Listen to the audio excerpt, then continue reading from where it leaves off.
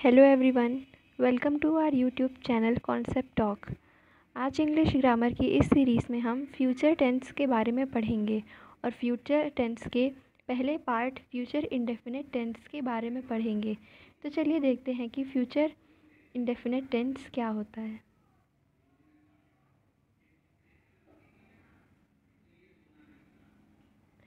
Future indefinite tense में हम उन सेंटेंसेस को बोलते हैं जो अनप्लान्ड होते हैं, यानी कि जो पहले से प्लान नहीं किए गए होते हैं। जैसे कि हम कभी कभी बोल देते हैं कि मैं कल वहाँ जाऊँगी, या मैं कल पार्टी में जाऊँगी, मैं कल दिल्ली जाऊँगी, पार्क जाऊँगी।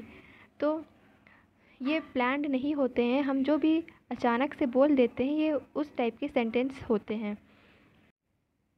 इस टेंस में हमें यह तो पता है कि काम होगा, फ्यूचर में होगा, लेकिन ये नहीं पता होता कि वह पूरा होगा भी कि नहीं होगा। तो चलिए आगे देखते हैं। इन सेंटेंसेस के लास्ट में कुछ ऐसे वर्ड्स आते हैं जैसे गा, गी और गे। जैसे मैंने अभी बोला था कि मैं कल वहाँ जाऊँगी, तो वहाँ पे क्या साउंड आ रहा है? गी आ रहा है, गी साउंड या वर्ड आ रहा है। तो फ्यूचर इंडेफिनिट के जितने भी सेंटेंस होते हैं उनके लास्ट में, चाहे वो अफर्मेटिव हो, नेगेटिव हो या इंटरोगेटिव हो, गा, गी और गे वर्ड्स ही आते हैं। अब हम फ्यूचर इंडेफिनिट टेंस का मेन फॉर्मूला देखते हैं।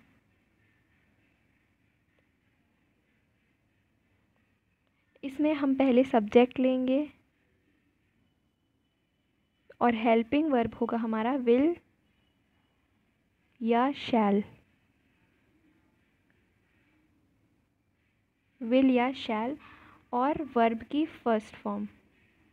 इसमें ना ही वर्ब की आईएनजी फॉर्म लेनी है और ना ही सेकंड फॉर्म ना थर्ड फॉर्म, सिर्फ और सिर्फ वर्ब की फर्स्ट फॉर्म और फिर ऑब्जेक्ट।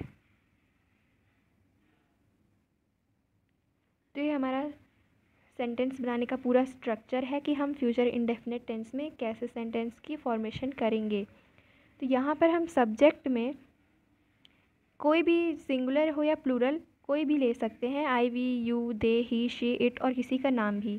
ये इसमें पहले कुछ और ऐसे रूल्स थे कि हम विल को आई और वी के साथ ही लेते हैं और शैल को और बाकी सब you, they, he, she, it के साथ लेते हैं, लेकिन अब ऐसा कुछ भी नहीं है। अब हम सिंगुलर सब्जेक्ट्स और प्लूरल सब्जेक्ट्स दोनों के साथ विल और शैल को यूज़ करते हैं।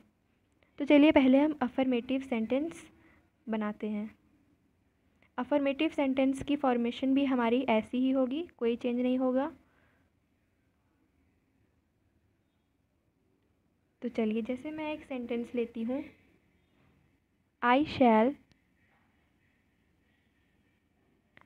Go to Delhi. मैं दिल्ली जाऊंगी। तो आप यहाँ देख रहे हैं कि इस सेंटेंस के लास्ट में गी साउंड आ रहा है। यहाँ आई हमारा सब्जेक्ट है और इसके साथ हमने शैल लिया है। शैल की प्लेस पर हम विल भी ले सकते हैं और गो हमारी वर्ब की फर्स्ट फॉर्म है, फर्स्ट फॉर्म या बेस फॉर्म हम कुछ भी बोल सकते हैं, और इतना हमारा पूरा ऑब्जेक्ट। ऐसा ही एक और सेंटेंस देखते हैं। He will write a letter. वह लेटर लिखेगा। यहाँ पर हमारा ही सब्जेक्ट है, विल हेल्पिंग वर्ब, इसमें भी हम विल ले सकते हैं या शैल भी ले सकते हैं, और राइट वर्ब की फर्स्ट फॉर्म और अ लेटर हमारा ऑब्जेक्ट। चलिए अब हम नेगेटिव सेंटेंस पर आते हैं। इसमें हमें बस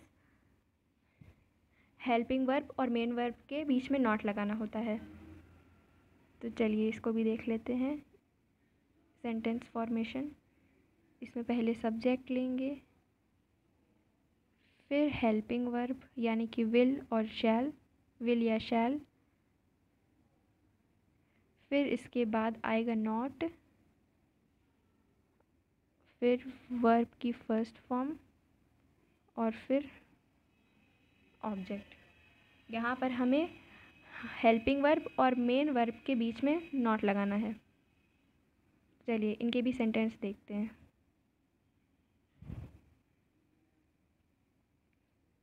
जैसे मैं एक सेंटेंस लेती हूँ, she will not attend her classes tomorrow.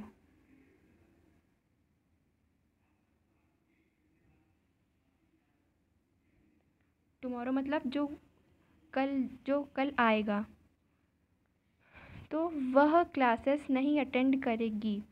तो शी हमारा सब्जेक्ट है, इसके साथ हमने विल लिया है और फिर नॉट, अटेंड वर्ब की फर्स्ट फॉर्म और हर क्लासेस टुमारो ऑब्जेक्ट। वह क्लासेस नहीं अटेंड करेगी।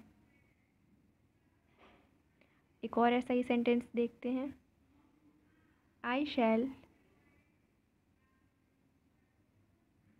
Not go to Agra on Sunday.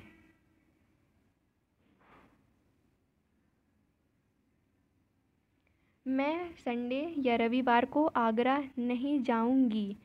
तो आई के साथ हम विल भी ले सकते हैं और शैल भी। शैल की जगह पर हम विल ले सकते हैं, लेकिन अगर पहले से ही विल है तो कोई प्रॉब्लम नहीं है। तो आई हमारा यहाँ subject, shall helping verb, not हमें लगाने हैं और गो वर्ब की फर्स्ट फॉर्म और टू आगरा ऑन संडे हमारा ऑब्जेक्ट है। चलिए अब इंटरोगेटिव सेंटेंस देखते हैं। इंटरोगेटिव सेंटेंस में हमें क्या करना है, हमें हेल्पिंग वर्ब सब्जेक्ट के पहले लगाना है। तो पहले हम विल या शैल लिखेंगे, फिर सब्जेक्ट, फिर वर्ब की फर्स्ट फॉर्म और फिर ऑब्जेक्ट और उसके बाद क्वेश्चन मार्क। तो इसे भी हम कुछ एग्जाम्पल्स की हेल्प से समझते हैं। जिसे मैं एक एग्ज़ाम्पल लेती हूँ, विल इट रेन टुमारो।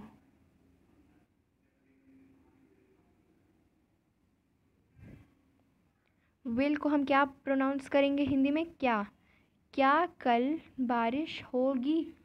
तो विल हमारे यहाँ हेल्पिंग वर्ब है, इट सब्जेक्ट, रेन वर्ब की फर्स्ट फॉर्म और फिर ऑब्जेक्ट। अगर ऑब्जेक्ट होता है तो हम ऑब्जेक्ट लिखेंगे और नहीं होता है तो नहीं। तो चलिए एक और सेंटेंस देखते हैं। हमारा नेक्स्ट सेंटेंस है, शैल ही कम एट 7 PM।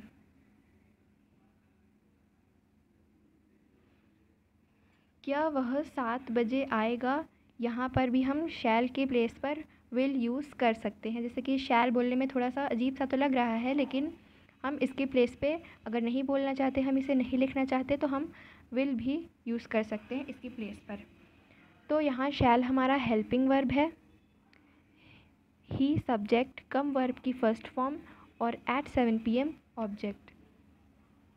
तो इंटरोगेटिव सेंटेंस में कुछ सेंटेंस तो क्वेश्चन वर्ड से भी स्टार्ट होते हैं, तो उसकी भी चलिए फॉर्मेशन देख लेते हैं और एक दो एग्जांपल्स भी समझ लेते हैं। इसमें हमें पहले क्वेश्चन वर्ड लेना है। क्वेश्चन वर्ड के बाद हमारा हेल्पिंग वर्ब है विल या शैल, फिर उसके बाद सब्जेक्ट और फिर वर्ब की फर्स्ट फॉर्म,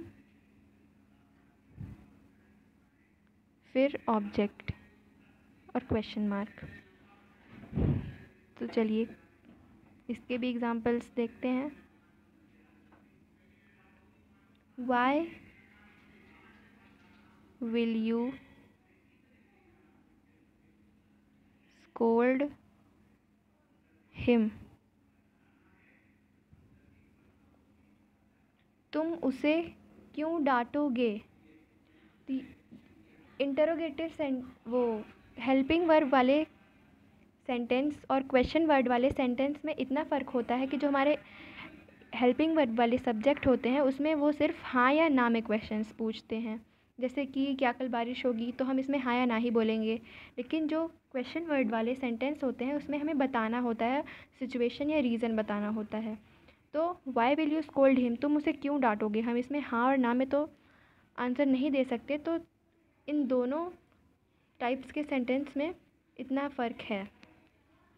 तो वाई हमारा यहाँ पर question word, will helping verb, you subject, scold verb की फर्स्ट फॉर्म और फिर वर्ब हिम हमारा ऑब्जेक्ट है। अब एक और सेंटेंस देख लेते हैं। Who shell I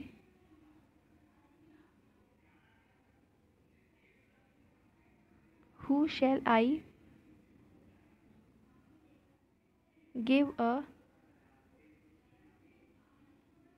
party? मैं किसे पार्टी दूंगा या मैं किसे पार्टी दूंगी? तो यहाँ पर वो हमारा question word, shall helping verb, I subject है, गिव वर्ब की फर्स्ट फॉर्म और अ पार्टी हमारा ऑब्जेक्ट है।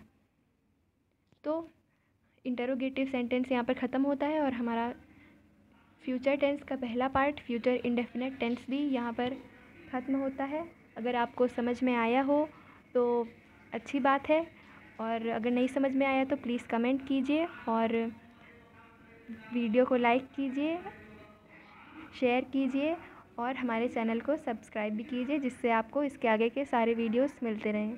Thank you.